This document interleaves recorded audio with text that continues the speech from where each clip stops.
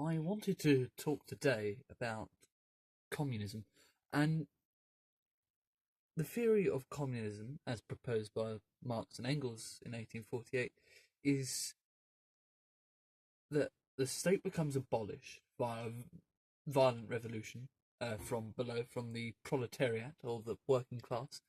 The bourgeoisie, then, the middle and upper classes who exploit the lower classes, are then um, oppressed or suppressed, as Lenin puts it, by the state. And the state now, instead of being the shell for the bourgeoisie to be able to oppress the proletariat, becomes the means for the proletariat to dictate and suppress the former oppressing class. So what you have is an oppressing class, also known as the bourgeoisie, being overthrown by the proletariat, much larger in numbers, bear in mind. So these become the dictatorship of the proletariat, as Marx puts it, and as Lenin quite likes to refer to, and the bourgeoisie then becomes suppressed by the proletariat. Now, there are distinctions in between what the role of the state is in terms of who does what when they have control of the state. For example, the bourgeoisie, the state for them is a shell for them to be able to oppress the proletariat via wage and working conditions and so on.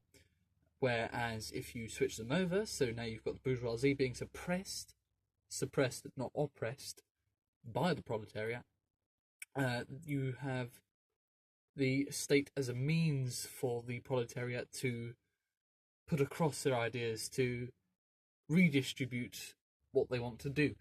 Bear in mind that when this happens, it is socialism, not communism, because it can't go from democracy, capitalism to communism straight away.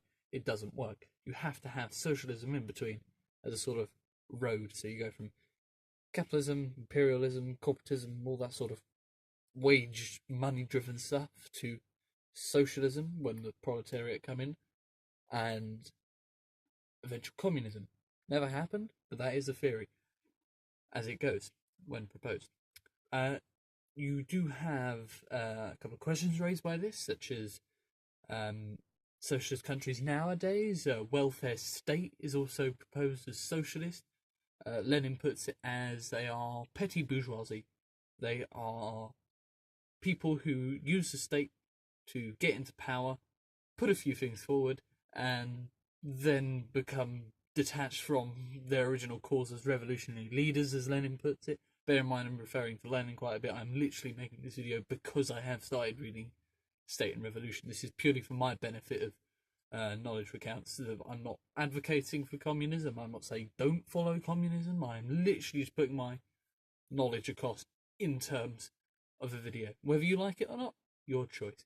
However, Lenin puts it as, that's it, petty bourgeoisie. Petty bourgeoisie come up. They're happy now with communism. They're quite with capitalism. Sorry, they're quite content being a part of that bourgeois system. They've reached the top. They've reached into that shell. They've pierced the shell of the state, which is the means for the ruling class to oppress the proletariat. Remember, and they're quite content with that now because they're a part of that. Boom, we get all these privileges. So they become detached from the proletariat, and proletariat have no means of getting into power now. And that is why Lenin, Marx and Engels were frustrated with who the petty bourgeoisie are. This topic had no real direction. It was just sort of a vomit of words, but